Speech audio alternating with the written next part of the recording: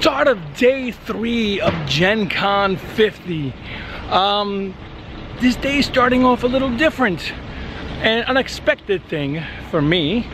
I'm actually going to return a board game that I purchased. You might have seen on day 2's video, I guess, where I purchased Sword and Sorcery, or I did a demo of Sword and Sorcery. Sorry, I purchased Sword and Sorcery on Thursday.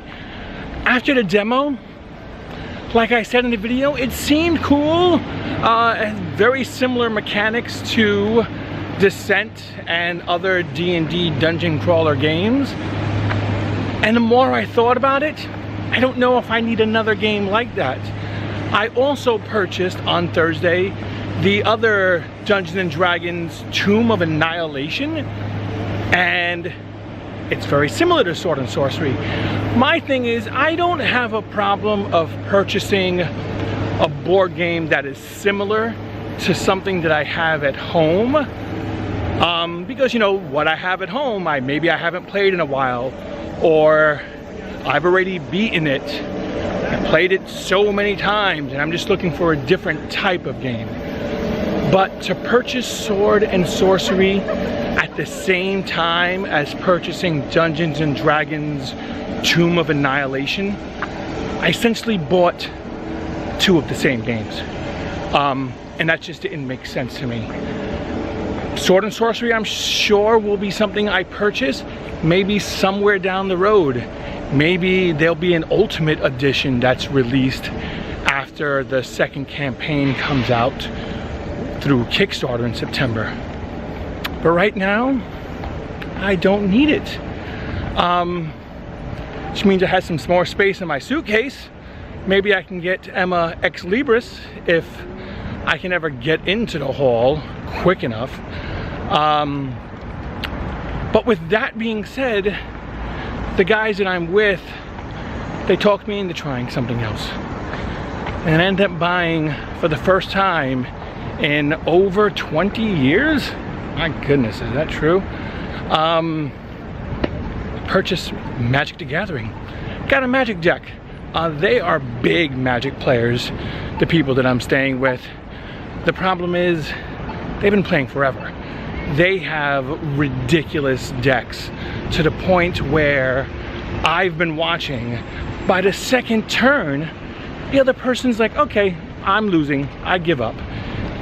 I can't get into that type of Magic. I don't have the resources or time to build a deck like that. So what was recommended to me was that I should get a Commander deck. They are 100 cards in a deck as opposed to 60, and it's more commonly played also with like 4 players. So it's not just someone coming after me and I'm out right away. You kind of, you know, don't worry about the little guy who's new, ignore him. Go after the guy who has a more powerful deck, and hopefully I can come from behind and do something kind of cool. So that was it. Went with a Commander deck. I went with Bria, which from what I hear is a really good starting deck to use. Out of the box, she's pretty decent, and I shouldn't have to make that many changes to my deck.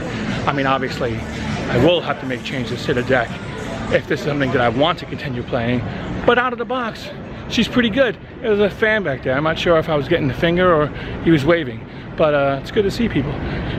So, that's the morning. Returning Sword and Sorcery. Buying a pack of Magic the Gathering Commander decks. And see what the day has to bring. I'm hoping to finish the main hall. That would be nice. I also looked at some Wormwood with Emma. We FaceTimed on what she might want. She wants to get a dice tray, a big one. And then she was like, maybe get a small one. And then we looked at the whole like DM setup, which I think was, when we looked at what she wanted, $865, something ridiculous. If she were to ever get that, it'd probably be a birthday, Christmas, anniversary thing. But we'll see. Wormwood makes nice stuff. They're overpriced, but they are nice. All right, I'm back at the convention hall. Let me get in, return this board game, and finish looking around. Great purchase right now. I found Hertz Molds and purchased 2 of their mold casts to make some more dungeons. As much as I enjoy the 3D printer that we have, there's something about these molds that make amazing dungeon pieces. I purchased, which you might have seen in the past, the 2 mold sets that create the Descent dungeon, but right now he had these fantastic brick looking molds that I had to buy. As soon as I saw it, I was like, wait a minute, that's amazing. And the whole wall set was made from just 1 cast. Well, not 1 cast, but 1 mold. It took 7 casts to make. And I actually did like the floor tiles too. So I got both those molds. It's gonna be great. I think what you saw took a total of 9 castings to make that whole thing. That's not bad. We're gonna have a pretty sweet looking dungeon in the future. Just did a demo of Dragoborn. Quick card game in the same vein as Magic and everything else. Pretty neat.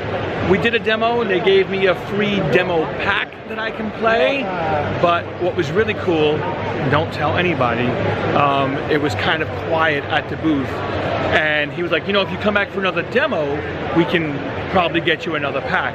And the guy I was playing against, who, mind you, this was his 2nd time playing a card game like this, I said, well, can we just rematch each other since I lost and get the another starter pack? And he was like, yeah, just don't tell anybody. So we played another round. I won that game. And now I have 2 promo packs that fully work. So Emma and I can play against each other. It was really cool. It's a great card game. So you should check it out. Okay, great's a strong word. It's a fun card game. Definitely check it out. And I'm glad that Emma and I can give it a shot and play together. So another reason that I wanted to come to Gen Con is because one of Emma and I and Emily and Will's favorite board game is here, and that's Kingdom Death. They have a pretty nice looking booth, not that, but pretty nice looking booth over here in the dark corners of Gen Con. And I got a chance to look at some of the minis that are being made for the 1.5 upgrade. Oh my goodness, they look amazing. The detail looks spectacular.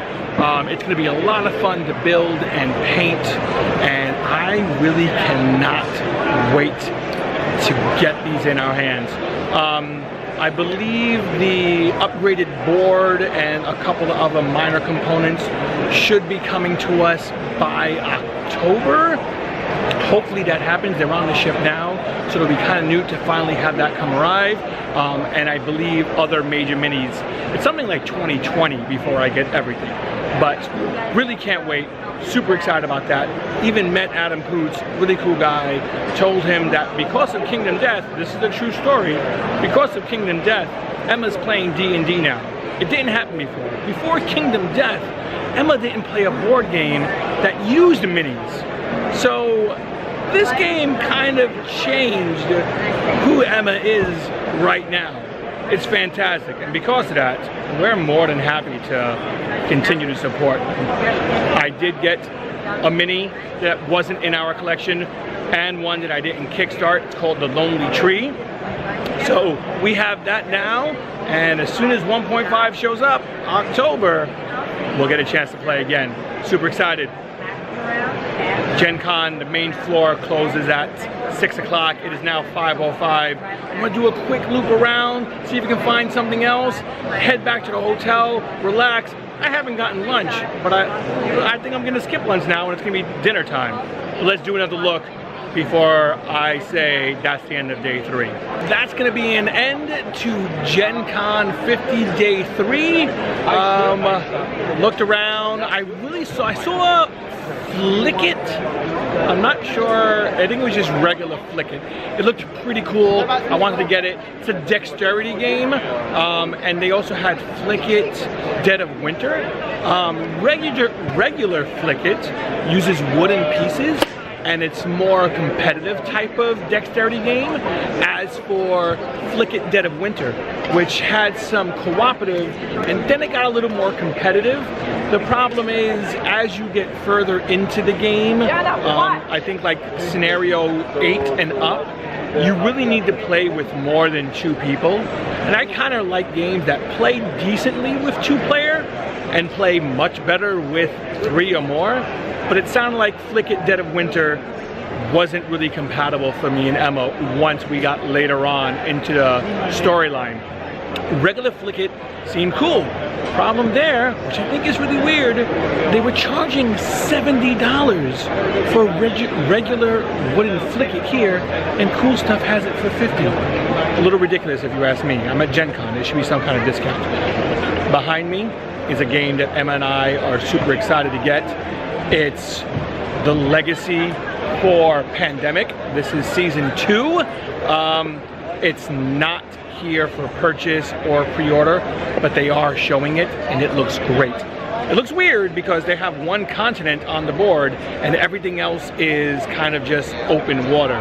So I'm sure as time goes by, you'll be adding continents and your world will change. It looks great. Can't wait for it to come out.